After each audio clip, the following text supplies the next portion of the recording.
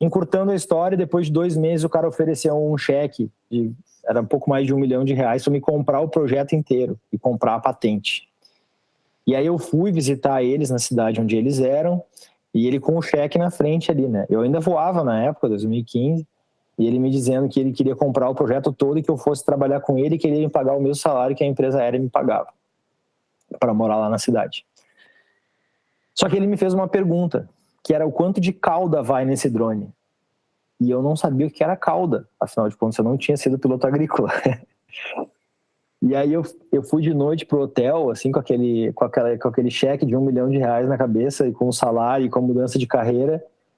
E eu pensei, o que é cauda? O que é cauda? Eu fui no Google, pesquisei, a cauda é o defensivo líquido mais a água, né? E um adjuvante, isso é o que forma a cauda. É o produto químico que é aplicado. E aí eu lembro de acordar no outro dia, ainda sem saber o que eu ia fazer. E aí eu pensei, cara, se esse cara, eles fazem tratores, os tratores deles levam 3 toneladas. Eu tô fazendo um drone que tá levando aqui 10 quilos. O cara tá querendo me comprar por esse dinheiro todo. E eu não sei o que é cauda. Se eu começar a saber as coisas, eu posso valer muito mais do que esse dinheiro do cara. E aí eu tive o impulso de voltar e dizer assim, muito obrigado, não tem interesse, a gente vai continuar sendo amigo, virei as coisas. E o cara falou, tu tá louco, velho, a gente tá te botando um monte de dinheiro aqui e tu não quer fazer o negócio. E eu falei, não, obrigado, tá legal e tal, eu voltei. Aí voltei e pensei, vou começar agora, vou ter que abrir uma empresa. E aí eu abri a empresa e comecei a aprender as coisas. Linha Column 0, Gol 5629. Fala pessoal do Farol de Pouso, beleza aí? Como é que vai? Mais uma segundinha, mais um podcast no ar. Lembrando, é claro, dos nossos queridos amigos e apoiadores da Hangar 33, a marca de moda masculina do universo da aviação. Realizar a escola de aviação civil lá no município de Torres, para você realizar o seu sonho de se tornar piloto. E, é claro, também agora, né, Trem de Pouso, primeira escola online especializada na formação de pilotos. Essa dupla, né, Realizar e Trem de Pouso, está aí para te ajudar a se tornar um aviador. Aqui na nossa sala hoje nós temos o Henrique Carneiro, também conhecido como Ram, que é o nosso mais novo secretário, juntamente com o Caio, o Guilherme Pigato e o Guilherme Schroeder, também conhecido como Zimmermann, para receber um grande amigo e queridíssimo batchmate meu, quando eu estive lá em maio de 2010, iniciando meu curso de Airbus 320 na TAM, né, que depois virou a Latam. O meu colega de turma, meu amigo Eduardo Girl. Fala, meu querido. Fala, Félix, tudo bem? Prazer falar contigo, com vocês todos e participar do podcast aqui. E prazer enorme revê-los e estar contando um pouco das histórias da aviação aqui. Cara, para nós é uma honra, é muito legal, né, a gente fazer esse podcast aqui contigo, e porque, né, tu tem uma história muito, muito bacana, com certeza vai trazer um monte de coisa, um monte de novidade para quem, né, às vezes pensa em trilhar uma jornada que possa ser de qualquer forma parecida com a tua. Mas eu acho que a gente poderia começar batendo um papo lá atrás, Girl, sobre, né, como é que foi a tua formação, e o desenvolver assim de uma ordem cronológica, porque aí todo mundo vai ter essa conexão. Legal, Félix. Bom, eu acho que a minha história, como vários pilotos aqui do Rio Grande do Sul, ela começa lá no Salgado Filho antigo, no 2º andar, que não tinha o vidro na época, com um cheiro de querosene entrando no nariz e no cérebro, e ali acho que começou a paixão pela aviação, né? Muito novo, eu tinha família na Varig, meu tio era piloto lá da Varig, e aí ele vinha de DC-10, de Paris, Guarulhos, Porto Alegre, e a gente ia buscar ele lá, a família toda, e aí eu começava com aquele cheiro de querosene, depois um cheiro de Marlboro misturado com o cheiro de avião, e aquele ali foi ali que eu comecei a gostar de avião, né? Acho que muito novo. E aí, desde muito cedo ali, né, desde que a gente se conhece por gente, a gente sabe que aquilo ali vai ser aquilo ali que a gente quer fazer na vida, né? Comigo foi assim.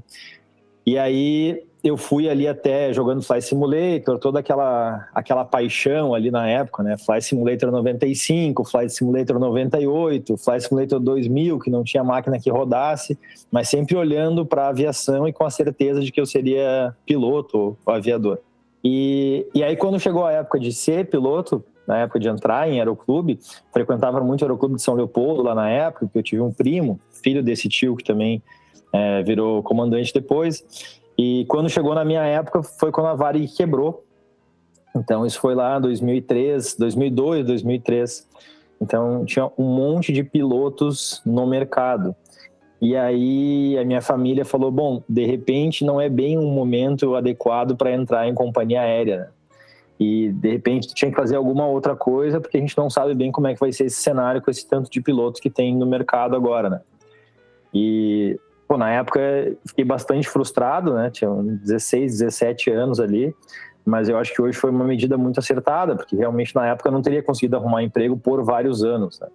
Pelo menos até 2007, 2008, ele não teria conseguido arrumar emprego, não em companhia aérea. E aí fui lá em 2003, comecei a fazer o curso de administração de empresas. No começo bastante contrariado, não queria ser administrador, eu queria ser piloto, né? Não via nenhum sentido em estar fazendo aquilo, mas fiz o curso de administração todo, fiz super rápido, me formei e tal, e aí depois começa a minha carreira de piloto, né? No meio desse curso de administração, que eu comecei a fazer umas horas, a juntar um dinheiro aqui, e aí comecei lá no Aeroclube de Eldorado a fazer o curso de piloto de avião, de PP, então PPA, e aí voando lá a Paulistinha, e aí começa todo aquele prazer aviador, né, de voar os Paulistinhas, NE56 Charlie, e ali começa muito devagar, né, tipo voando assim 1 hora por mês. A minha carreira de aviador começa ali com 18, 19 anos, foi logo depois, assim que eu comecei o curso, eu comecei lá a fazer umas horinhas eventuais. E ali me formei administrador, o negócio da aviação continuava ruim, eu estava fazendo os cursos devagar, não tinha muito dinheiro para fazer, porque também estava pagando a faculdade. E aí, acabei o meu curso de PP no mesmo mês que me formei na faculdade. Então, eu tinha ali 20 para 21 anos, ainda consegui fazer super rápido. E aí tem uma história legal, que é, eu não tinha nenhuma perspectiva de como eu teria dinheiro para fazer o curso de piloto comercial, porque afinal de contas eu não tinha nem conseguido pagar o PP, eu tinha conseguido pagar muito mal, é caro, ainda era caro na época, já era caro na época. E aí na minha formatura chegou um padrinho meu que não tinha o costume assim, de dar muitos presentes, mas que eu sabia que tinha uma condição financeira boa. E esse padrinho chega e fala, eu tenho um carro para te dar, né? Porque tinha alguns carros, tá? E queria dar um carro. Eu falei, olha, eu não quero, muito obrigado. Eu estou botando todo o meu dinheiro para ser piloto de avião. E ele falou, que história é essa de piloto de avião? Tá te formando em administração agora, guri? Você tá louco? E aí eu falei, não, meu sonho é ser piloto de avião, eu não quero um carro. Aí ele falou, não, então deixa eu ver o que eu posso fazer. E aí, na semana seguinte, ali ele veio com a ideia de pagar o curso de PC para mim, que era uma grana considerável, né? E então ali foi uma mega benção, assim, uma mega sorte que eu tive. E ali ele pagou o curso de piloto comercial. E aí o que eu fiz? Recém-formado em administração, 2, 3 meses de formado, trabalhando com um emprego bom, com salário. Eu larguei a administração e fui trabalhar de prato de boia no Aeroclube, que era assim que a gente chamava na época. Fui morar no Aeroclube, fui ser alojado para fazer o meu curso de PC. E aí consegui voar as horas todas que precisava para o piloto comercial, né? Então, recém-formado em administração, larguei tudo e fui trabalhar no Aeroclube, morar lá e ser alojado. Então esse é um pouco do começo da história, né? E aí depois ali virei piloto comercial e... Então você vê assim, tu já era o cara assim de abandonar uma coisa e ir para outra, então tu já tinha essa veia. Eu acho que olhando agora...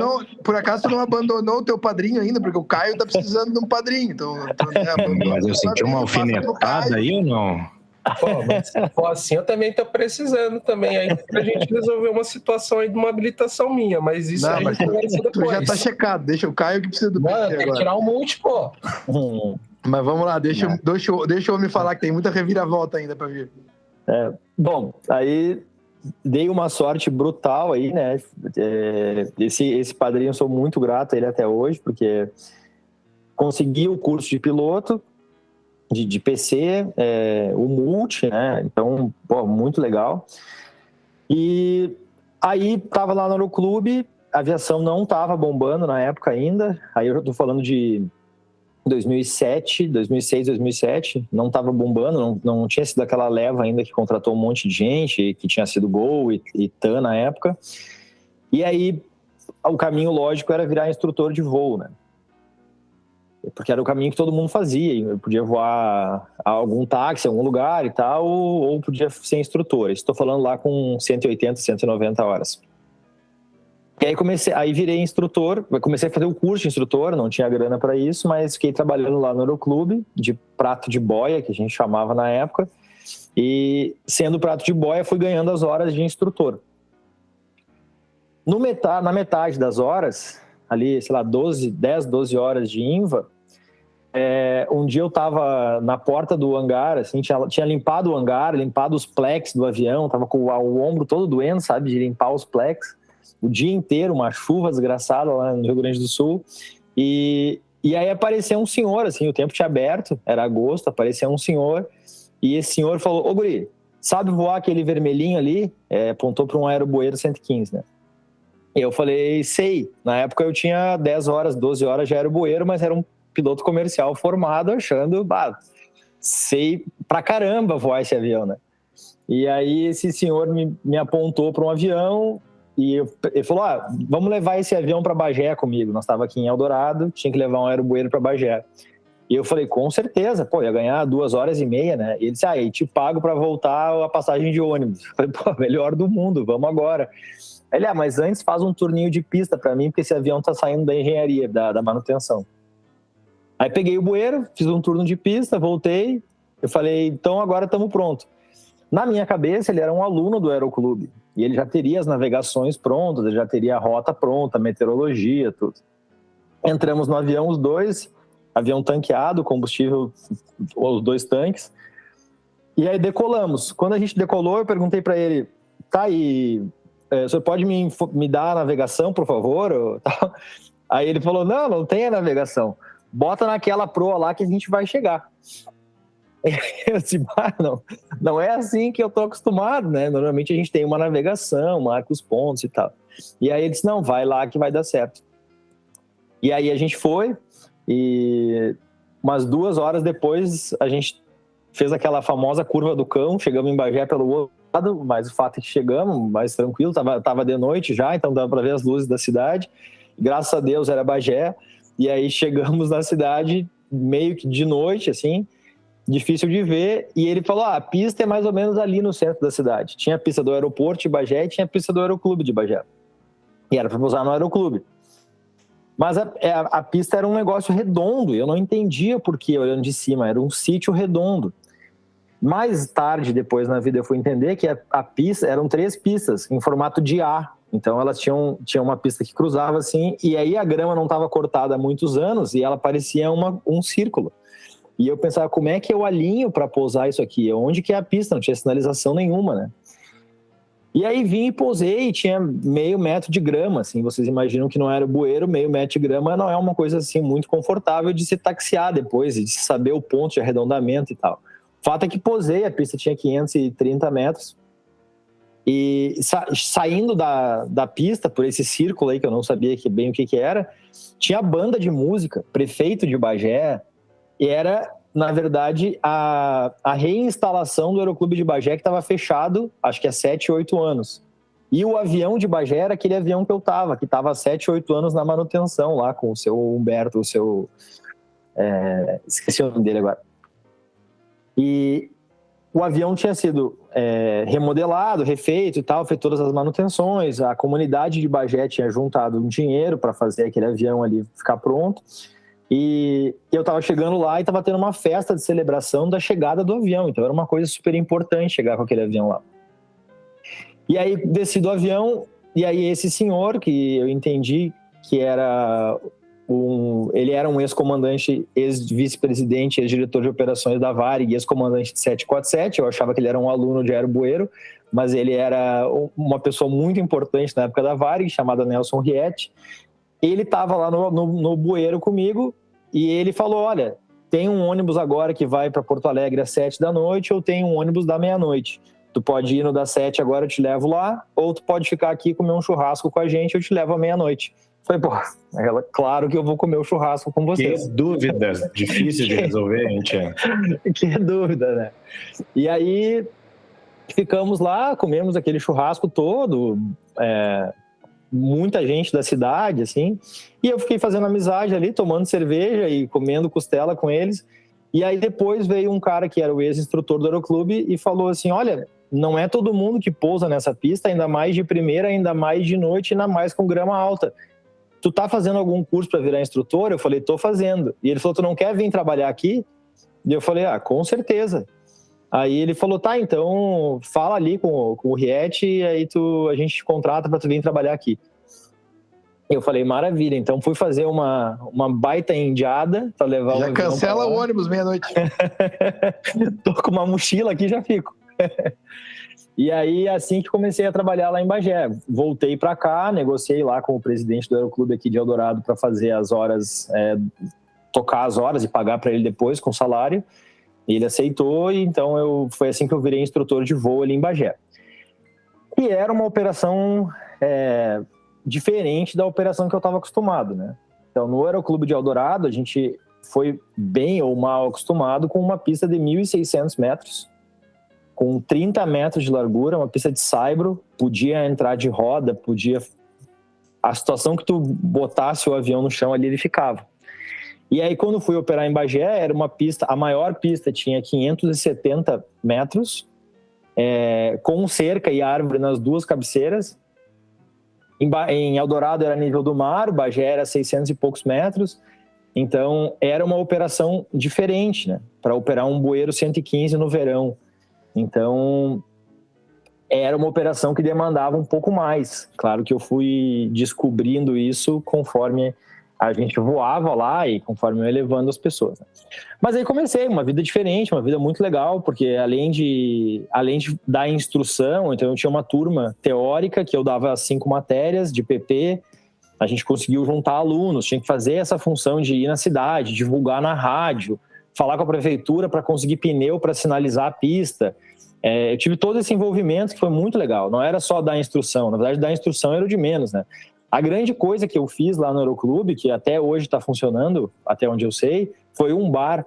Então o pessoal, eu fiz um bar, comprava uma cerveja barata que eu ia buscar de bicicleta e botava para vender de noite, e aí o pessoal ia no Aeroclube para ficar lá olhando os aviões. Tinha clube de aeromodelo e tal, mas eu tinha que fazer as pessoas voltarem a ter interesse pela aviação, porque estava lá quase 10 anos sem ter aviação no Aeroclube de Bagé. Não, aí você olha um ponto remarkable da aviação de Bagé novamente. O Girl fez o bar do negócio, isso aí é muitíssimo importante. Isso foi bem importante. E tinha que dizer para os caras que iam voar que eles não podiam beber. Isso era, porque senão a galera já, vamos tomar ali e já vamos voar. Bueno, então foi indo bem, assim, eu acho que para Aeroclube do Interior, para esse um avião, para 10 anos parado, a gente teve um resultado muito bom. Voava tipo 30, 40 horas mês. E para quem tinha no Aeroclube lá de Eldorado, eu voava, né? Eu e o único avião que tinha, a gente voava 30, 40 horas mês. E isso era muito bom. Então a gente conseguiu girar bem o Aeroclube. Eu tive todo o apoio desse Riet, que era esse comandante da Varig que me ajudou, que era o presidente lá na época. Bom, e aí, essa até agora contei a parte boa, mas aí tem a parte ruim dessa vida do Aeroclube de Bagé, que uma tarde de domingo, eu fui fazer um voo de instrução, o aluno estava na terceira hora, e aí começaram, eu nunca fui de acreditar em coisas místicas, assim, e nesse dia começaram algumas coisas engraçadas. tinha um jogo do Grêmio em São Paulo, era a final do Campeonato Brasileiro, e aí ele disse, vou no Aeroclube. Aí eu falei, tá, vem voar. Aí ele falou, não, mas tem o jogo de São Paulo. Eu falei, tá, então a gente voa amanhã. Tá, beleza. Aí ele, não, mas mudei de ideia, o jogo a gente vê depois, vamos voar. Eu falei, tá, vamos voar, mas não tem combustível, não tinha gasolina, Avigás. Ali, mas então não vamos voar. Aí desisti. Meia hora depois, tá, mas eu consegui Avigás na aviação agrícola. Então vamos voar. Aí a gente ficou assim, indo e vindo. Foram, 7, 8 idas e vindas que se a gente ia ou não ia voar. Até que ele chegou no Aeroclube, o bar estava aberto, chegou ele e a esposa dele, e o bar estava aberto e a gente ficou assim, vamos voar ou vamos sentar e vamos tomar uma? Disse, não, vamos voar. Só que estava 35 graus, na cabeceira, tinham 2 cabeceiras lá que a gente operava, 09 e 27, normalmente decolava da 09, porque ela era lomba abaixo. Nesse dia estava operando a 27, então lomba acima. E tinha cerca na cabeceira. E o vento estava favorecendo para operar nessa 27. Assim, tinha um vento, alguma coisa como, 5 nós. Não era muito grande. Mas para um bueiro começava a ter algum impacto. Né? Então, o vento estava favorecendo a cabeceira que a gente não estava acostumado. Estava 35 graus. A pressão estava muito baixa, eu acho que estava perto de 1.000 ou abaixo de 1.000. E lógico que a gente não fazia cálculo, eu não fazia, porque a responsabilidade era minha, né? Eu não fazia cálculo de peso e balanceamento para decolar um bueiro. Por mais que a pista fosse de 530 metros, por mais que fosse lomba acima e tal, a gente botava pouco combustível, enchia só metade do tanque, segurava nos freios e vamos embora, né? Se precisar, dar um flap para pular a cerca lá na ponta. E foi isso que a gente fez. Aí fui com ele até a cabeceira da pista, a gente foi fazer cheque de magneto, o magneto esquerdo deu queda acima, mas aí a gente já tinha instrução lá do mecânico que se desse a queda acima, era chumbo na vela, não sei o que, faz limpeza de magneto. Então segura nos freios, potência máxima, reduz a mistura, até ele quase apagar, vai de novo. Aí a gente limpou a vela uma vez, sucesso, resolveu o magneto esquerdo. Magneto direito, mesma coisa, vamos limpar a vela de novo, mesmo procedimento, né? Segura nos freios, reduz a mistura, empobrece a mistura, vai apagar, beleza. E aí resolveu o problema, a gente estava com os 2 magnetos com a queda aceitável, ali acho que era 175, estava alguma coisa ali entre 100 e 150. Bueno, e aí fomos decolar. Então, aí a decolagem era from the brakes, se é que isso existe no aerobueiro, acho que não está previsto no manual. Então, segura no freio, potência máxima, soltei, começou a correr. Na metade da pista, não tinha tirado a cauda do chão ainda. Eu acho, agora sentado no ar-condicionado aqui, teria sido muito bom se eu tivesse abortado a decolagem. Eu não abortei a decolagem, então eu fiquei com potência ali, trouxe a cauda, chegou no final, a cerca estava chegando, e aí eu dei um flapzinho, o avião deu aquela inchada, a gente pulou a cerca e ficou no raso, com o motor no talo, e acelerando e voando no raso, e o avião não ganhava velocidade, não conseguia subir, se arrastando e tal, até que conseguimos, assim, subindo 2 pés por minuto, a gente conseguiu subir, e foi ali até uns 300, 400 pés, achando que o avião estava voando, né? Acho que deu 500 pés, eu comecei a curva, era uma curva, um circuito padrão, comecei a curva e entreguei o comando para ele. No que eu entreguei, ele continuou a curva, assim, ele já voava super bem, ele é um fazendeiro, ele tinha avião agrícola na fazenda dele, então ele já tinha bastante hora acompanhando o piloto agrícola, já sabia fazer as coisas básicas, assim. Então ali com 400 pés entreguei, ele começou a fazer a curvinha de pequena, o avião se arrastando para subir, nem dava para reduzir, né? Tava no batente lá. E acho que, eventualmente ali ele reduziu e tal. E ali por uns 500, 600 pés, já na perna de travessa, eu me lembro bem, né? Dobrando à esquerda, começou uma fumaça na cabine, bem densa. Assim, então, começou uma fumaça, e eu sinceramente não me lembro se a fumaça era preta, se a fumaça era cinza, eu não me lembro de ter observado assim, a cor da fumaça, até porque não sabia a diferença de fumaça. De novo, eu tô falando na hora, eu tinha tipo 194 horas quando eu me acidentei. Não, e até que enfim tu não lembra de alguma coisa, né? Porque tu lembra de tudo. Então, eu não lembro da cor da fumaça, eu era bastante inexperiente, né? E nunca tinha tido uma pane real, né? E aí, eu me lembro assim, na hora de ter tido um baque, né? Pô, tá acontecendo alguma coisa e sou eu que sou o piloto desse troço, rapaz. Tipo, eu que sou o comandante dessa nave aqui, tô voando com esse cara e a família dele tá lá embaixo olhando, né? E tinha uma galera lá no bar do Aeroclube olhando. E aí a gente, na hora eu falei, tá comigo, estamos voltando. E aí eu encurtei a perna de través e direcionei para a cabeceira de novo. E aí eu pedi para ele para olhar os instrumentos, né? Fui de ladinho assim no bueiro e eu lembro de olhar assim a pressão do óleo 0 e a temperatura do óleo no máximo. Então os dois reloginhos estavam com as pernas abertas assim. Eu tive essa aí também. E aí ele olhou assim, mas bem, ele me olhou com uma cara assim, com um olho desse tamanho, que é até a testa dele. E aí eu lembro, eu nunca vou esquecer da cena dele batendo nos reloginhos, porque ele queria saber se tinha travado o relógio em algum lugar. E aí ele bateu e não tinha, era aquilo ali mesmo. Só que eu tava com potência ainda.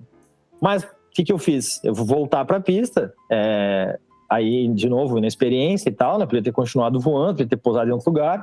Eu falei, vou pousar com vento de cauda. Só que vocês já entenderam que a pista tinha 530 metros e que eu tinha decolado lomba acima, ou seja, a pista era lomba abaixo, 530 metros com 35 graus, 1000 HPA, e eu tenho que parar um aerobueiro aqui de algum jeito, né? Então, mirei para a pista, reduzi o motor e comecei a descer. E aí começa, pesquisa, né? Liga, abre, imagina fazendo pesquisa com um cara, o comandante com menos de 200 horas e o aluno com 3 horas. Mas vai fazer pesquisa de quê, né, cara? Tipo, não tem muito o que aprender, né? O que fazer na hora ali. Mas ele fez aquele negócio de abrir o ar ali, eu não lembro bem o que era, checar os magnetos e tal. E fui descendo e fui voando. Só que eu tava com o vento de proa quando eu decolei, agora eu tava com vento de cauda, né? E eu não sei com quanto de vento eu tava, só que eu me lembro que era uma aproximação absolutamente anormal. Quer dizer, a pista tava aqui, eu tava chegando muito de cima. E eu lembro de baixar o nariz e fazer isso aqui, assim. Então eu não... Para quem tá acompanhando só no áudio, eu tô demonstrando um avião que tá muito alto na rampa de planeio da pista.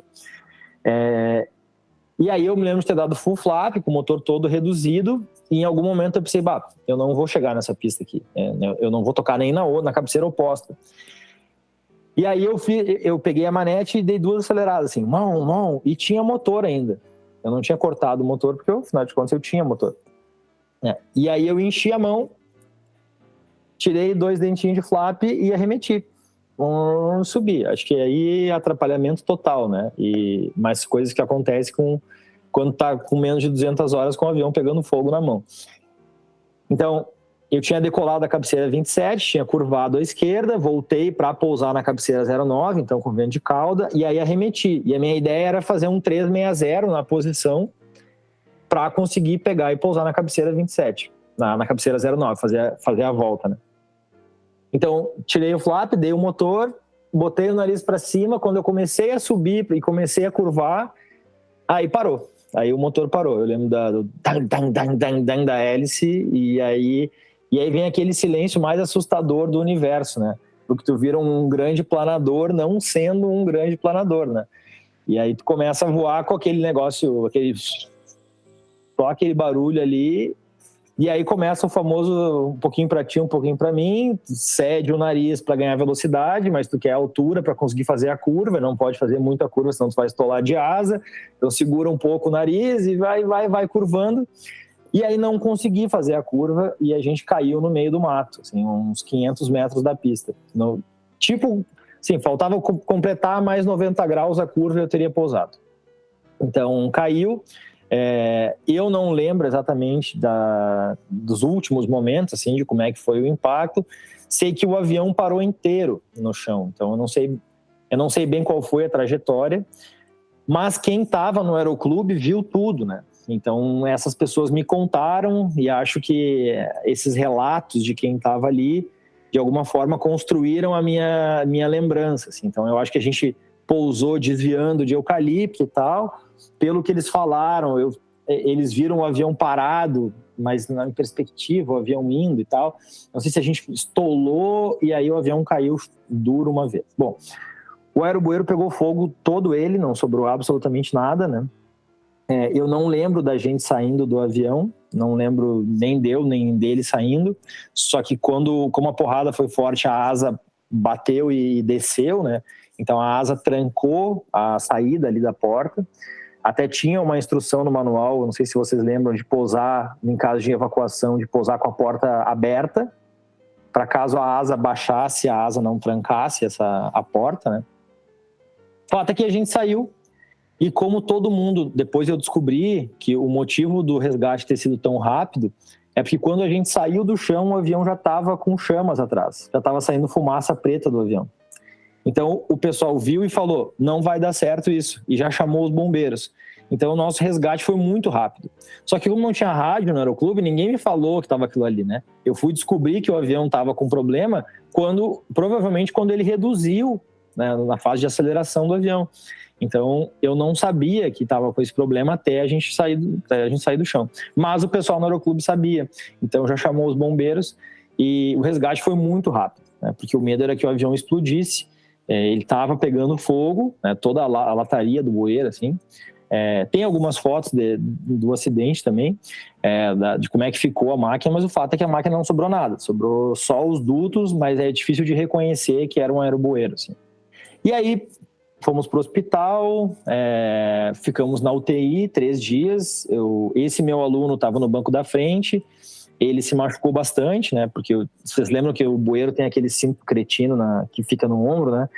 E aí aquele cinto, dificilmente alguém dizia, prende bem aquele cinto. Só quando o cara já era mais veiaco de instrução, né? Que já tinha mais as manhas de cuidar da segurança. Mas no começo, aquele cinto ficava ali solto, né? E aí o que aconteceu foi quando deu o impacto, ele foi para frente, aquele cinto só trancou o ombro esquerdo dele e ele deu com o lado direito do rosto no painel. Então, machucou bastante mesmo o rosto dele. Ele ficou na UTI quase 3 meses, fez uma série de cirurgias. Hoje está vivo, né? Eu sou padrinho do filho dele, a gente tem um baita relacionamento e tal, porque a família dele estava lá, a esposa dele no caso, e viu o avião pegando fogo na saída do chão, né? Então, de alguma forma, me eximiu de alguma responsabilidade e tal, a gente ficou vivo, mas aí é uma coisa que mexe muito com o cara, né? Porque tu tá fazendo, tu é virar piloto e em nenhum momento tu pensa que tu vai ter um acidente, né? Então isso mexe muito com a autoestima, porque tu não tá ali para ter um acidente, todo mundo comenta e ninguém consegue avaliar bem a situação e nem sabe bem da situação. Teve um lance que o nosso jornal aqui, que é a 0 Hora, publicou uma notícia, isso foi no domingo, esse acidente, né? Na segunda saiu uma notícia da 0 Hora dizendo que na aproximação para pouso, o instrutor Eduardo Costa não conseguiu evitar a cerca e bateu na cerca. Essa foi a manchete, na capa da 0 Hora, assim, uma fotinho do avião destruído. E em aproximação para pouso, essa era a manchete, instrutor não consegue desviar da cerca. E aí lá dentro tinha uma nota dizendo que a gente estava aproximando e que a gente bateu numa cerca por imperícia. Aí eu falei, não, negativo, não vai escrever a minha história assim. Aí eu estava na UTI, meu pai me deu um caderninho, eu anotei o que tinha acontecido. Meu pai foi numa lan house em Bagé, mandou o texto para 0 Hora, no dia seguinte estava o repórter lá. Aí eu expliquei a história toda, hoje tem um infográfico na 0 Hora, a notícia é um pouco diferente do que ela foi inicialmente publicada. Mas claro, cai atirando, né? Não vai me dizer que eu tava aproximando e errei, bati na cerca, né, cara? Isso tá maltratando o meu coração, né? Bom, e aí, então, foi... Essa é a história do acidente. A gente... eu saí da UTI logo, assim, eu não machuquei... eu não tive nenhum grave ferimento que justificasse. Eu rompi boa parte das cordas vocais, então eu fiquei rouco por bastante tempo, né? Porque, vocês lembram, eu estava no banco de trás, e o banco da frente é só um aro revestido por um negocinho de couro ali, né? Por uma mantinha de couro. E eu bati, o impacto, eu fiz isso aqui e bati a garganta aqui naquele aro. Porque vocês lembram que o instrutor que atrás, ele só tem cinto na cintura, né? Então eu bati e rompi parte das cordas vocais. Fiz um tratamento lá e tal, voltei a falar logo. Não teve maiores estresses.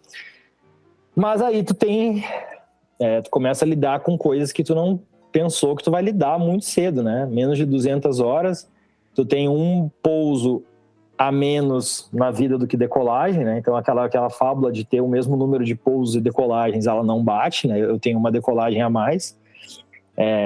E aí as pessoas começam a te julgar. Então eu lembro que os meus amigos mais próximos, assim, mais antigos, me apelidaram de o barbeiro dos ares. Então, de novo, eu tinha 21 anos, né? Então é um troço que pega na cabeça do cara. O barbeiro vai fazer não sei o quê. E aí eu voltei para Bagé, porque a gente ia conseguir um segundo avião. E vocês lembram que eu contei que essa era toda a expectativa da cidade, de ter um avião, de um envolvimento das pessoas e tal. E aí, claro que as pessoas viravam isso, apontavam e na calma delicadeza diziam assim, mas tu veio aqui, fez toda essa fusarca e agora destruiu o avião do aeroclube.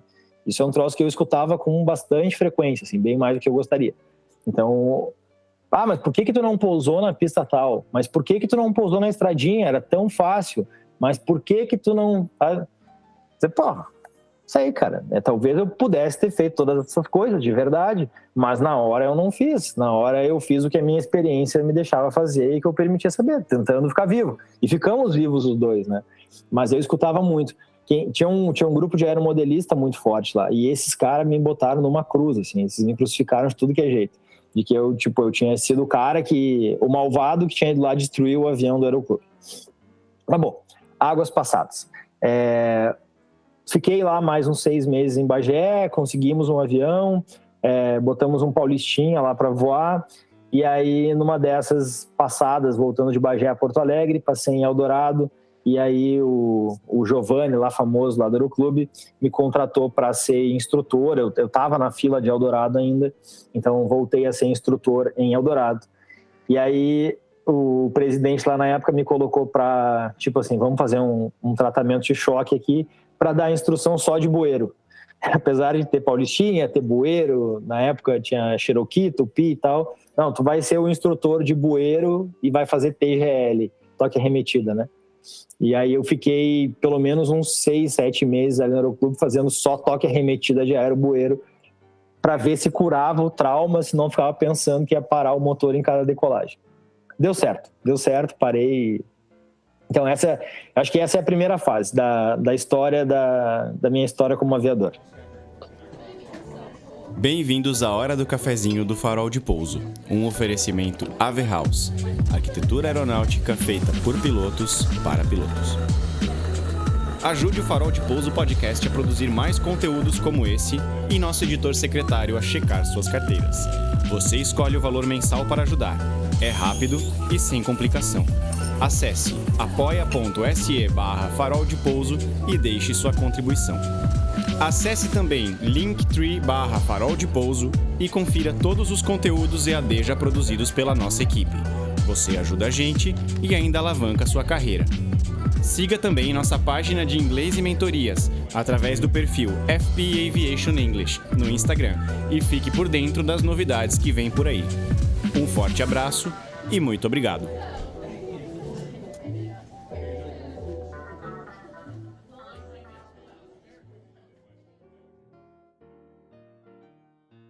Tchê, então me diz uma coisa, daí do Aeroclube tu levanta tuas horas de voo, levanta tua experiência, começa a fazer aquele agregado inicial de experiência e tratamento de choque. Eu não sei se foi bom ou se foi ruim, mas daí para a linha, e depois da linha a gente pensa nos próximos passos do empreendedorismo. Mas como é que tu chegou na linha e por onde tu andou, o que tu fez? Legal. Aí, bom, o sonho sempre foi entrar em companhia aérea, sempre foi a motivação maior. Fui lá no Aeroclube, na época era 1.000 horas, né, o que precisava, não tinha esquema de faculdade e tal. Quando eu consegui 1.000 horas, eu tinha mandado vários currículos para diversas companhias, tentei fazer várias coisas. Na época, a Azul estava recém-criada, então a ideia sempre foi entrar na Azul, mas eu tinha um aluno, que esse aluno conhecia um pessoal na TAM, e aí eu mandei o currículo para esse aluno, eu estava com, 980 horas, assim, muito perto das 1.000, e aí, depois de muitos anos, essa é uma coisa engraçada, né, Pigato? Porque eu não sei como é que foi isso para vocês, mas tinha toda uma expectativa enorme de entrar na linha e tal. E aí eu lembro eu mandei o meu currículo pro cara na quinta, na terça foi a seleção, na outra quinta eu tava de carteira assinada na TAM. Então foi uma coisa muito, muito rápida e inacreditável, assim, porque eu tava com uma expectativa já de 22 anos de entrar numa companhia aérea, e aí quando aconteceu foi em uma semana, entre mandar o currículo e ser contratado CLT, uma semana, foi muito rápido. E então entrei direto na TAM, tive o prazer de ser colega do Félix aí na turma de Airbus 320, isso foi lá em 2010, e aí, um baita choque, né, de começar a voar um avião grande. Até então, eu acho que esse gap entre o que a gente faz no Aeroclube, eu não dava instrução de Seneca, por exemplo, eu dava instrução até Tupi, eu não dava instrução nem de Arro, que é o Corisco, né, porque a gente tinha isso, assim, de pessoas diferentes que davam instrução em máquinas diferentes. Então, na prática, o meu conhecimento era limitado num Tupi, e aí eu fui voar um Airbus. E, isso é um baita gap na vida do cara, né? Porque é muito mais rápido, porque é um avião a jato, porque tu tem que fazer um monte de outras funções que tu não pensa em fazer, né? Comunicar com a empresa, com o despacho, pensar um monte de coisa de meteorologia. E a função do cansaço no dia mesmo, e de ver um monte de coisa nova e tal. Eu acho que, estando fora da aviação hoje, eu posso dizer com certeza que o piloto é muito... As pessoas não têm ideia do que se requer, o que precisa para ser piloto. A capacidade de trabalhar com múltiplas informações, de fazer contas em 3 dimensões. A gente contar na aviação, acho que isso é normal, só que é uma coisa totalmente desconhecida pela grande parte do público, assim, pelo grande público, sabe? Então eu acho que, para mim, fazendo essa reflexão agora de como é que foi esse baque na entrada, né? Hoje, olhando quando eu era piloto, porque eu já não sou mais, o piloto ele tem uma carga mental, ele acaba sendo uma pessoa muito diferenciada pela quantidade de informações que ele lida. E eu acho que isso não é valorizado como deveria ser. Esse é o meu sentimento, né? Porque a gente acha normal. Tu acha normal fazer uma aproximação que tu fica calculando 3:1, tô alto, tô baixo, dá speed break, não deixa o avião acelerar, reduz um pouco a velocidade para não entrar o motor. Se for falar isso para pessoas leigas, não tem a menor ideia do que tu tá falando, né? Tipo, é um começo do conhecimento, é uma área do conhecimento muito, muito específica que demanda muito da cabeça. E eu tive bastante dificuldade com isso no começo, né? Acho que todo mundo teve, né? E naquele primeiro mês, assim, eu vou interromper só porque eu acho que eu tenho o mesmo sentimento. Acho que o primeiro mês do jato, quando tu sai do avião hélice pro jato, eu tive a sorte de passar pelo turbo hélice antes, mas tu te sente num parênteses da tua vida que tu fica olhando no espelho e tu pensa, será que eu tenho condições de fazer isso? E tu fica te questionando isso todo santo dia até tu aos poucos sair dessa vibração ou desse modelo mental.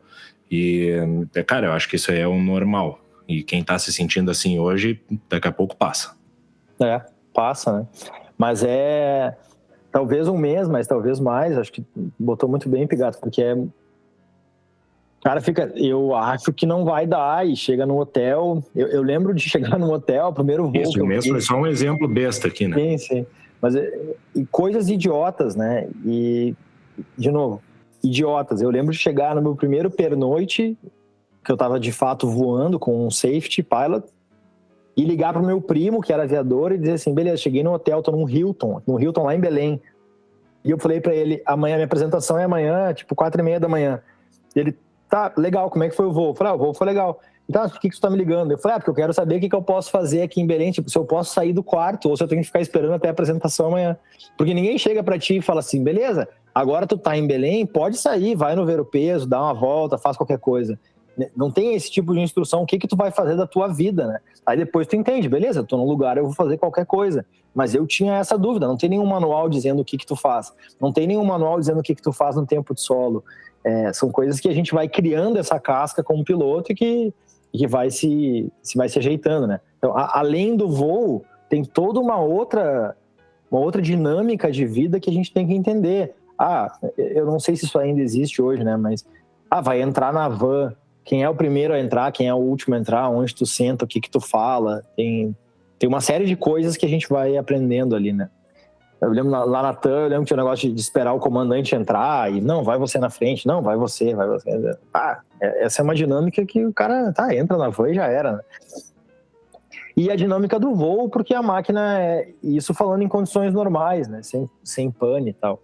Eu acho que o momento de sair do simulador e de fato entrar na linha e começar a voar aqueles 6 meses ali, pelo menos, eles são bastante tensos, né?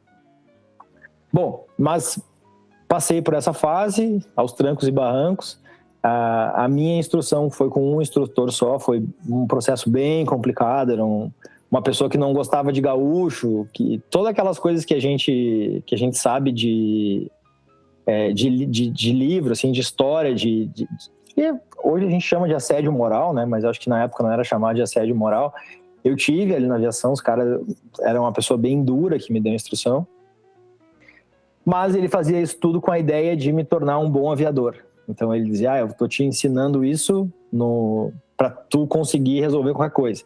Então todo dia tinha um pilot incapacitation na decolagem, que ele morria e eu tinha que assumir.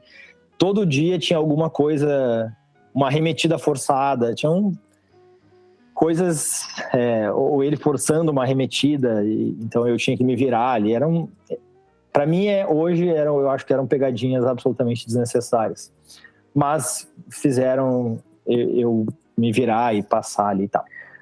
Bueno, e aí trabalhei na Latam, que na época era TAM, de 2010 até 2017. 2017 foi quando eu pedi a minha primeira licença. E o que aconteceu? E digo hoje isso de forma muito tranquila. Eu não gostei da vida de ser piloto de avião. Eu posso dizer isso hoje de coração aberto, assim, e tal, porque parece meio um contrassenso. O cara faz um monte de coisa para virar piloto, mas o fato eu gostava muito, muito, muito de estar dentro do avião com a porta fechada, de pilotar o avião, mas eu não gostava nem um pouco de andar 5 vezes, 6 vezes de van num dia. Eu não gostava daquele negócio de aeroporto, de não estar nunca em casa. Então, eu não gostei daquela vida de ser piloto de companhia aérea. E acho que os primeiros 2 anos estava me adaptando, tal, até entendia, mas depois eu comecei a desgostar bastante. De estar voando um monte de madrugada, e são coisas que não te contam, né? Eu tinha a família na aviação, mas mesmo assim ninguém me dizia, olha, vai ter um momento em que tu vai te sentir sozinho, vai ter um momento em que tu vai passar o teu 5º ano voando o Réveillon, tu não vai ter Natal, são coisas que eu não vi isso vindo na minha direção, né? E o fato é que quando eu comecei, quando eu vi isso, eu tava 5 natais fora, eu tava 6 Réveillons fora, porque os mais novinhos não voavam Réveillon e tal. E aí eu pensei, será que é isso, né? Será que eu quero chegar a 65, 70 anos, me aposentar e tá vivendo essa vida? E eu acho que essa é uma dureza, né? Porque ao mesmo tempo que tu gosta muito de voar, tu não gosta da vida. Eu, no meu caso, não gostei da vida. Então eu gostava muito de fazer o trabalho de piloto, de aproximar por cima, de não usar speed brake, de chegar na rampa e tal, e fazer um pouso legal, mas não gostava do que vinha depois disso. Então eu fiquei pelo menos uns 3, 4 anos convivendo com essa dualidade, assim, de não gostar e gostar ao mesmo tempo. Mas aí no meio do caminho, e lá em 2014, 2015, eu estava fazendo um voo para Buenos Aires, São Paulo, passando em cima de Bagé, e aí tinha umas revistas da executiva lá, e aí a comissária trouxe uma revista, uma Isto é Dinheiro. E aí nessa revista, na capa, tinha uns drones, eram uns drones de mapeamento na época, assim, uns drones pequenininhos. E eu tava passando em cima de Bagé, lembrando do meu acidente, a reportagem era sobre drone, aí eu li toda a reportagem sobre drone, e na próxima página falava: aviação agrícola cresce 15% ao ano. E aí eu falei, porra, me deu um estalo na hora. Me lembro assim de ter ficado um sentimento que eu não me lembro de ter tido outro na vida. E eu pensei, pô, de repente eu posso fazer um drone de pulverização. Lá em Bagé, além desse meu acidente, eu perdi vários amigos. A gente tinha muito acidente na aviação agrícola na época, né? Acho que hoje tem um pouco menos. E aí o meu estalo foi fazer um drone para pulverização agrícola. Mas na época, um drone levava 60 gramas, que é uma câmera GoPro. E aí, que peso que daria e tal, mas as tecnologias começam assim, né? Então elas começam fazendo poucas coisas e depois elas vão evoluindo. O que envolve a tecnologia, os periféricos vão melhorando e a tecnologia cresce. Eu pensei, pô, esse é o momento de eu começar a fazer isso. Então fiquei viajando naquele voo ali, literalmente, pensando em como poderia ser. Quando eu pousei em São Paulo, eu liguei para um amigo meu que trabalhava com eletrônica e falei da ideia. E ele falou, cara, eu já vi os caras fazendo lá no Oriente drones de 50 quilos, 60 quilos. E ele me deu esse estalo. Falei, pô, então se dá para fazer, vamos começar a fazer o quanto antes. E ali naquela hora, isso foi tipo 2014, e eu comecei com a ideia de fazer um drone de pulverização agrícola, ou para pulverização agrícola, muito com a ideia de ajudar o trabalho dos pilotos agrícolas, de complementar o serviço. Então, a ideia inicial foi que o avião agrícola fizesse o miolo das áreas, as áreas onde ele consegue vir a 200 e pouco por hora, e ele consegue aplicar o produto e render bastante, e deixa os contornos serem feitos pelo drone, as áreas onde o piloto tem que manobrar. Então, deixa o piloto manobrar onde não tem nenhum obstáculo e faz o resto de drone. Só que, logicamente, não existia nenhum tipo de tecnologia que permitisse essa ideia lá atrás. E aí eu me propus a começar a desenvolver essa tecnologia. Comecei a pesquisar o que existia no mundo. Só existia um drone da Yamaha, do Japão, na época. A Yamaha tinha lançado um drone em 1989 para fazer pulverização. Eu mandei alguns e-mails para a Yamaha, eles na época não responderam. Porque, tipo, mudava para o comercial, sei lá, né? Mas não era ninguém que lidasse com isso especificamente. E aí eu pesquisei e não tinha nada, sem ser a Yamaha. Pesquisei patentes, não tinha nenhuma patente no Brasil. Nenhuma patente em nenhum lugar que fizesse isso, nem na China. Tinha algumas coisas parecidas. E aí eu decidi começar a fazer esse drone. E a primeira coisa que eu fiz foi escrever uma patente. Então, enquanto eu voava, eu li as normativas todas do governo, do INPI, lá de propriedade intelectual. Eu li as normativas e eu escrevi uma patente durante um mês e pouco e apliquei essa patente para o governo. Hoje eu não tenho essa patente, porque obviamente ela foi super mal escrita, né? Existem escritórios que escrevem patentes e tal, e eu tinha feito isso na raça, sozinho. Mas comecei com aquela ideia, achei uma estrutura que eu podia comprar para fazer um drone lá na Coreia do Sul, trouxe essa estrutura para o Brasil, só a estrutura mesmo, o corpo, o chassi do drone. E aí achei uns caras que faziam um motor lá na Coreia, um motor elétrico, na China, um motor elétrico, trouxe esse motor, e aí comecei a ver vídeo no YouTube, como é que solda, quais são as partes do drone, blá blá blá. E comecei a montar esse drone na sala de casa. Era um drone que tinha de braço a braço 3 metros.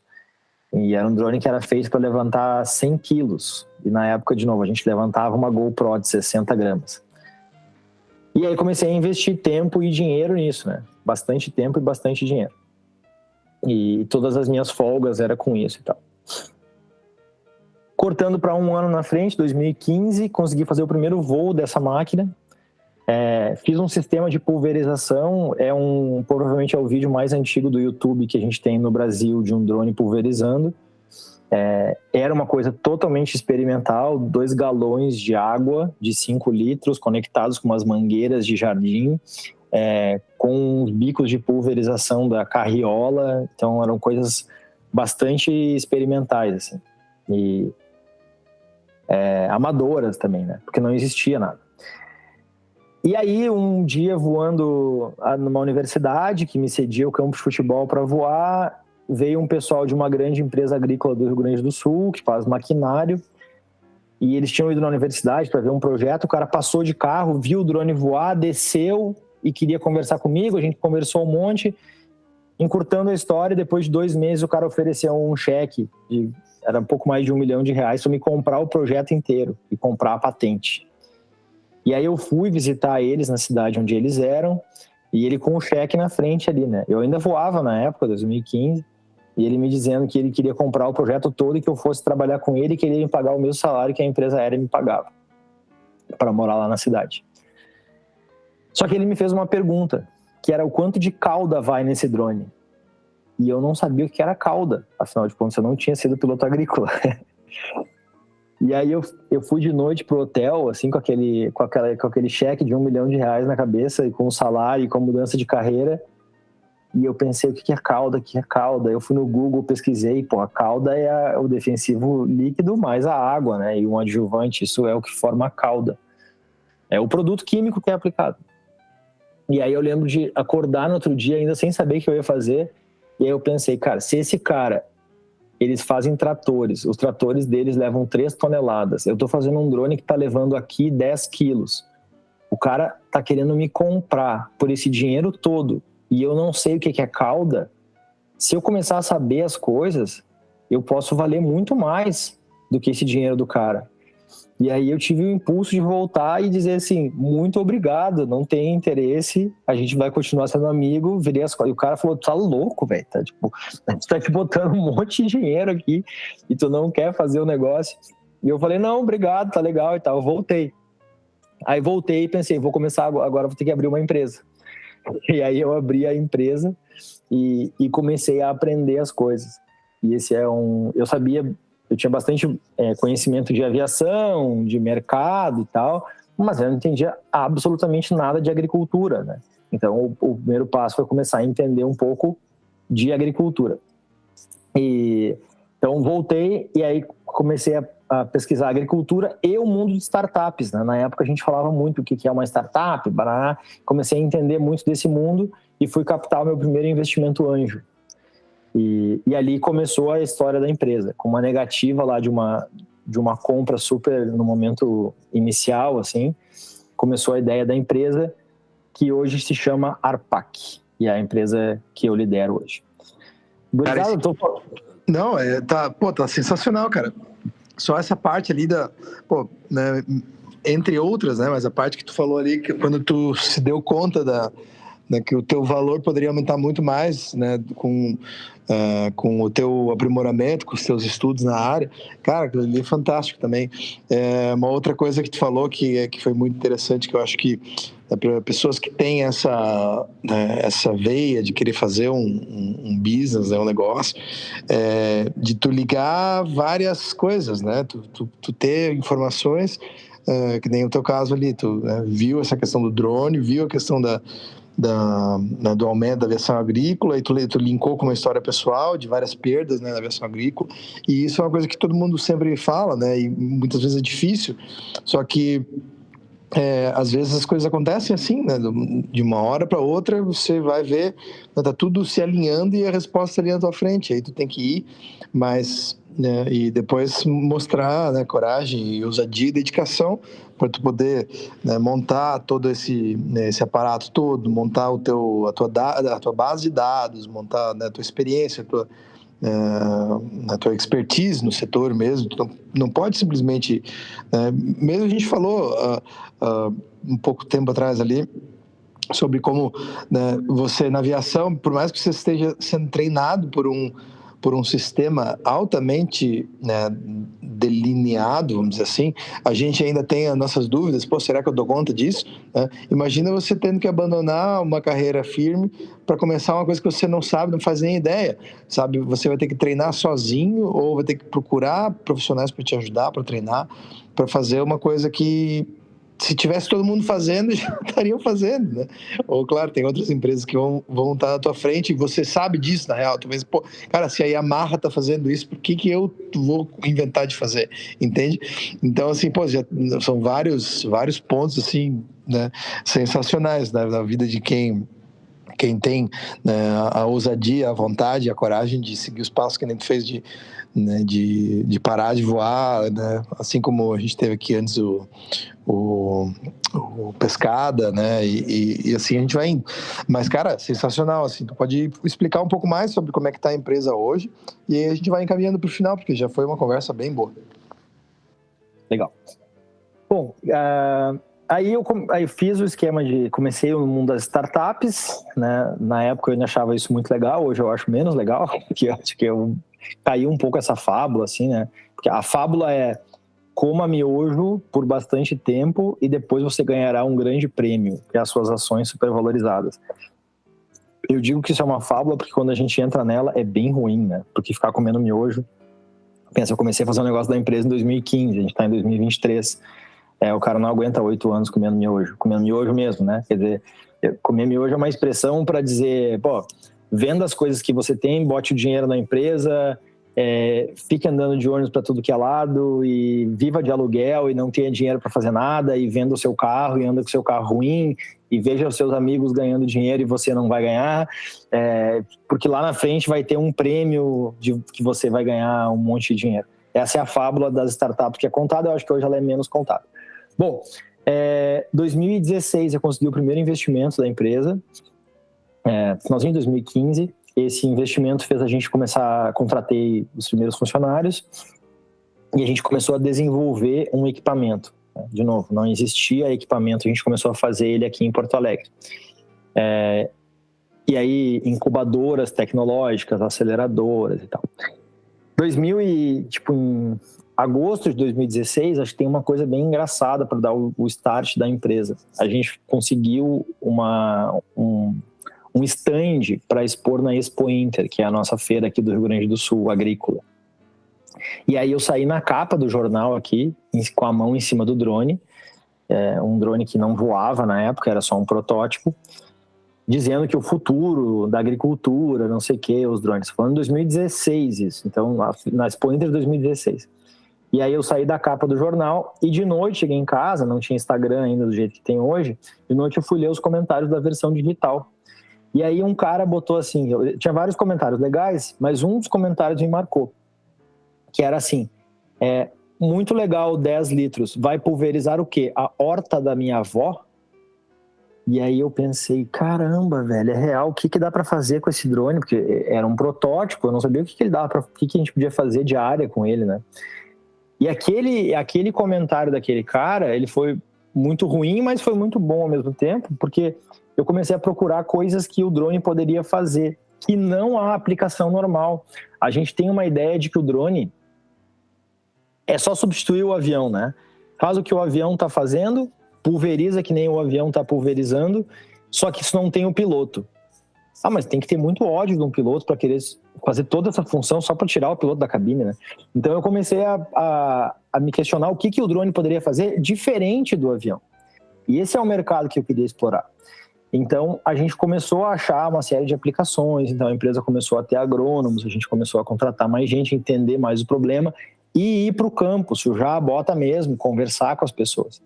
E aí em 2019, então 3 anos depois, a empresa se manteve, a gente teve outros investimentos, a gente teve investimento da BASF da Alemanha, a gente teve investimento de alguns fundos japoneses. E aí em 2019 a gente achou um serviço, um jeito de aplicar herbicida, então para controlar plantas daninhas, ervas daninhas, de maneira localizada. E esse foi o grande divisor de águas da empresa. Então eu descobri isso 3 anos depois de ter ouvido um feedback de que o drone servia para pulverizar a horta da avó e ficar com aquele feedback batendo na minha cabeça o tempo inteiro. E então a gente descobriu O serviço se chama Aplicação Localizada de Herbicidas em Erva em Cana-de-Açúcar. E esse serviço a gente vendeu de largada para uma grande empresa, que é a maior empresa do mundo de cana-de-açúcar, de álcool, etanol e açúcar, que é a Raízen, em São Paulo. A gente começou a desenvolver esse serviço com eles e desenvolver do zero, porque ele tem Como é que o serviço funciona? Primeiro a gente vai na área e mapeia a área. Então a gente usa um drone de imagem para tirar fotos de toda a área. E com essas fotos a gente usa inteligência artificial embarcada para detectar o que é cana-de-açúcar e o que não é. O que é a erva daninha eventualmente. E aí a gente marca toda a área e o drone de pulverização vai lá e ele aplica o produto só dentro de onde a inteligência artificial encontrou os problemas. E aí a gente começa a tratar áreas grandes e trazer um benefício de custo muito grande, né? É uma redução de custo para o produtor. Então, hoje a gente está falando que a aplicação com drone, ela chega a ser 80% mais barata, na média das 60% mais barata do que fazer o mesmo serviço com o avião. E é um serviço que o avião não pode fazer, né? O avião não consegue parar no ar e aplicar só dentro de alguma mancha. O avião tem que continuar voando porque a asa tem a reação aerodinâmica. Então, a gente consegue com o drone ir lá e aplicar só onde precisa. E a grande economia disso é que o produtor não gasta, o fazendeiro não gasta produto químico para aplicar em tudo, sendo que ele não precisa aplicar em tudo, porque essas daninhas só estão em algum lugar, alguns lugares da lavoura. Então, esse foi o serviço que a gente despontou. Em 2020 a gente começou, teve um outro baita desafio em 2020, quando a gente vendeu esse serviço para essa Raízen.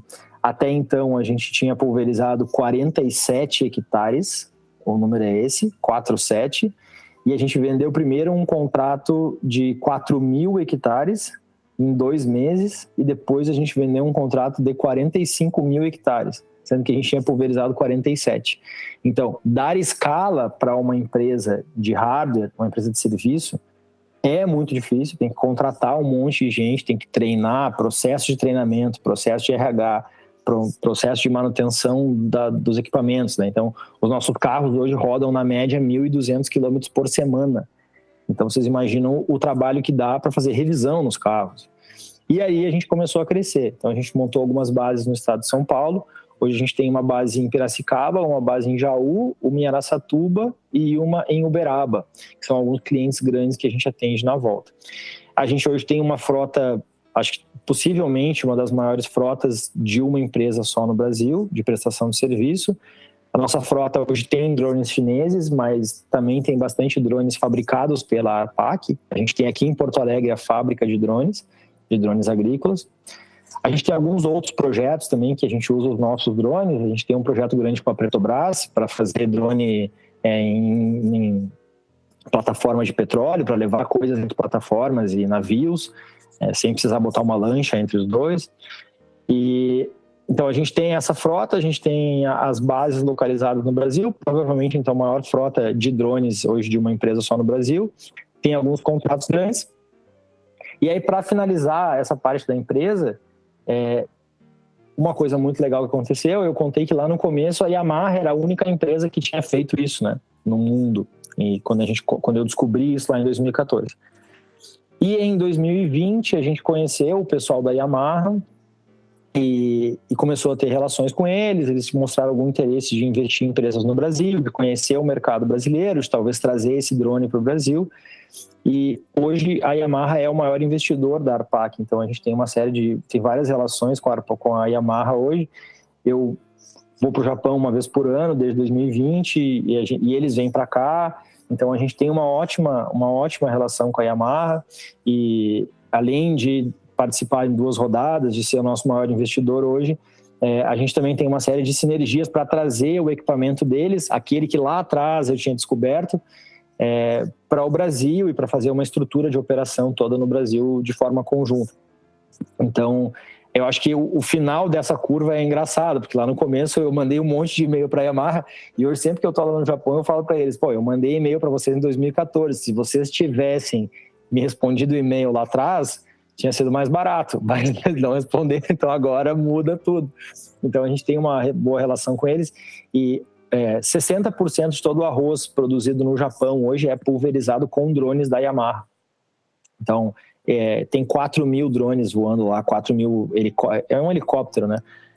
Voando lá e pulverizando e tal, e essa máquina que eu espero que em breve a gente consiga trazer ela para o Brasil e fazer dentro da nossa prestação de serviço, usar com essas máquinas também. Cara, sensacional, cara. Pô, fechando com chave de ouro e mostrando justamente porque acreditar num sonho vale a pena, né? Quando tu realmente vê o potencial e por mais que seja difícil às vezes visualizar isso, né? Mas, cara, sensacional, né? Poder dizer que tu, né, tirou essa ideia, fez e aconteceu. Hoje, quantos drones que vocês têm? A gente tem 38 drones e são 94 pessoas na empresa. Oscila um pouco na safra, né, entre safra, né? Uhum. Mas é alguma coisa perto de 100 pessoas na empresa. Que legal, cara. Pô, sensacional, cara. Então, né, um baita exemplo de empreendedorismo, né, de dedicação, de ir atrás e buscar, procurar, imagina, porque não deve ter sido nada fácil, deve ter sido muito, muito complexo, assim, e vários altos e baixos, eu imagino, nessa tua jornada aí. E né, não é uma jornada linear, com certeza. E eu queria te pedir para deixar uma consideração final, assim, né, para iluminar, às vezes, o ouvinte que está aqui pensando, cara, como é que vai ser para mim o dia que, né, eu quiser abandonar a aviação e começar a minha empresa? O que tu diria para essas pessoas? Então, Félix, eu falei lá no começo, antes da gente gravar, que tem um monte de gente que me procura, assim, amigos da época do Aeroclube, hoje companhia aérea, para saber o que eu recomendo e tal. Então, acho que tu ponderou muito bem, assim, o negócio não é nem um pouco fácil. Porque a gente acaba... Tem uma pegadinha aí. A gente se acostuma com o salário de aviador e seta o nível de vida para esse salário. Então... Esse salário, se a gente comparar a média de outros salários, é um salário bom, por mais que a gente não tenha tempo de gastar, tenha todos os problemas e tal, é um salário, comparado com os outros, um salário bom. Agora, quando tu resolve empreender, a grande pegadinha é ter uma expectativa de que tu vai logo voltar a receber o mesmo salário que tu te ganhava antes. E isso é errado, porque a gente não consegue receber o mesmo salário. Não tem uma regra, né? Mas é bem difícil receber o mesmo salário que tu recebia antes e as mesmas garantias que tu tinha antes de ser CLT, de ganhar FGTS e tal. Então, para fins de comparação, eu saí da Latam, parei de voar de licença em 2017, eu saí no PDV de 2020, fiquei um tempo de licença, mas eu não recebo o mesmo salário que eu recebia na TAM ainda. Ainda falta bastante para eu receber a mesma grana que eu recebia. Então, tu precisa ajeitar a tua vida, né? Se tu tem um apartamento grande, tu não pode mais ter um apartamento grande. Se tu tem um carro grande, tu não deveria ter mais um carro grande. Então, tipo, se tu paga um monte de coisa para um monte de gente, tu não deveria pagar mais, porque tu não vai conseguir fazer a empresa rodar desse jeito. É mais uma empresa, no meu caso, que é intensiva em capital, né? Que a gente precisa investir bastante para fazer as máquinas, para contratar pessoas e tal. É uma situação diferente. Eu vou abrir uma outra coisa, eu vou abrir uma franquia que tem uma garantia de alguma coisa, beleza? Mas tem que ficar sempre com o olho aberto de que pode ser que isso não dê certo. A gente tem algumas estatísticas aí do Sebrae e tal que mostram que quase 75% das empresas não sobrevivem o primeiro ano. O cara tem que levar a sério essa expectativa, né? Se tu tiver numa cabeceira de uma pista para dar motor e se tiver 75% de certeza que tu não vai sair do chão no final, provavelmente tu não vai encher a mão. Então tu tem que lidar com essas expectativas e saber que tem uma boa chance do teu negócio não dar certo. E assim como, vamos pensar, botar eu acho duro dizer isso, mas eu acho necessário, porque eu passei por isso. Mas vamos botar uma pessoa que jogou 1 ano de Flight Simulator na cabine de um Airbus, vamos esperar que ela pouse. Provavelmente não vai dar certo, né? O cara não tem todo o conhecimento que é necessário para fazer isso. Agora, vamos botar uma pessoa que passou a vida inteira sentada no Airbus para administrar um negócio. A gente tende a achar que é barbada, Mas é assim como a pessoa que joga Flight Simulator tende a achar que pilotar um Airbus é barbada, entendeu? Então, quando tu chega lá e tu não tem decisão fácil na vida de gestor, é horrível. Então, eu tenho uma situação hoje que eu tenho um monte de gente competente na empresa, qualificada, as pessoas de mercado, as pessoas sabem fazer um monte de coisa. É o melhor momento da minha vida de empresa nos últimos 10 anos. O que cai para eu decidir? Só as coisas que as pessoas que já sabem não conseguem. Ou seja, eu tenho que decidir sobre coisas que pessoas que já são experientes de mercado não sabem. E eu tenho que decidir só porque eu sou o empreendedor. E que eu não sei decidir também. Então eu tenho que decidir as coisas no feeling. A gestão ela é muito parecida com tu pilotar um avião em unreliable speed. Que tu não pode confiar em nenhuma das informações que tu tem no teu painel. Então isso é fazer gestão. Tu fica tentando melhorar os teus indicadores. Mas na prática tu não tem muito como dizer, me mostra se os funcionários estão satisfeitos ou não. Roda uma pesquisa, mas os funcionários podem estar falando uma coisa lá só porque eles sabem que tu está medindo. Então, é uma pegada diferente. Quem vai entrar como empreendedor, quem quer fazer um negócio, tem que ficar ciente de que tem um risco muito alto, que vai demorar para receber uma grana parecida do que ganha na aviação. E tem uma outra cereja aí, né? Voar é muito legal. Então, pilotar um avião é um troço muito incrivelmente legal e dificilmente o cara vai achar um outro trabalho que seja perto de tão legal. Tão legal mesmo não vai existir, mas perto de tão legal, talvez o cara ache. Mas ficar administrando planilha e sentado e vendo o dia passar não é exatamente uma coisa prazerosa como fazer uma aproximação por cima, dando flap, não usando speed brake, tá? É bem mais legal fazer essa aproximação. Então tem que lidar com essa frustração emocional também, de estar fazendo uma coisa diferente. As pessoas, eu fiz bastante isso, de desconsiderar aquele tesão de voar ali, não sei se eu posso falar essa palavra, mas de desconsiderar o tesão do voo e achando que a vida vai ser a mesma coisa. Não é. O tesão de administrar é diferente, o tesão de empreendedor é outro. Então, acho que eu incentivo, porque acho que ninguém tem que ficar fazendo uma coisa se não está gostando, tem que tentar e tal. Acho que a minha grande sugestão é tentar testar isso antes, tipo, botar o pé na água para ver se a água é fria ou se a água é quente, antes de se atirar na piscina, entendeu? Essa é a minha sugestão. Assim, se conseguir manter um vínculo aqui e tentar olhar ali como é que é, eu quero dizer assim, pegar uma licença. Não, eu não quero saber, tchau, fui embora e tal. Pô, não tem tanta empresa aérea no mundo assim, né? E para mudar de empresa aérea também é uma coisa sofrida. Então, tipo, pega uma licença aqui, testa, faz uma coisa segura, vê se tu gosta e se não der, volta. E aí mantém uma vida confortável, porque afinal de contas é isso que a gente quer, né? Então essa é a minha consideração, Félix. Cara, absolutamente sensacional, velho. É isso aí. Guerreiro, muito, muito obrigado por participar, cara. Muito obrigado por ter vindo aqui, né? Colocar os teus pontos, tuas ponderações muito importantes e válidas, e também, né, compartilhar com bastante detalhe, porque eu acho que tu pode, né, por tu já não estar atrelado à aviação comercial, tu pode falar, né, livremente sobre as suas percepções, e eu acho que isso também é muito importante para o cara que está escutando e que ele está, né, às vezes pensando na própria vida, já voando na companhia aérea, ou voando numa executiva, ou voando num táxi aéreo, e pensando o que ele está fazendo, o que ele quer fazer, às vezes para poder pensar na vida.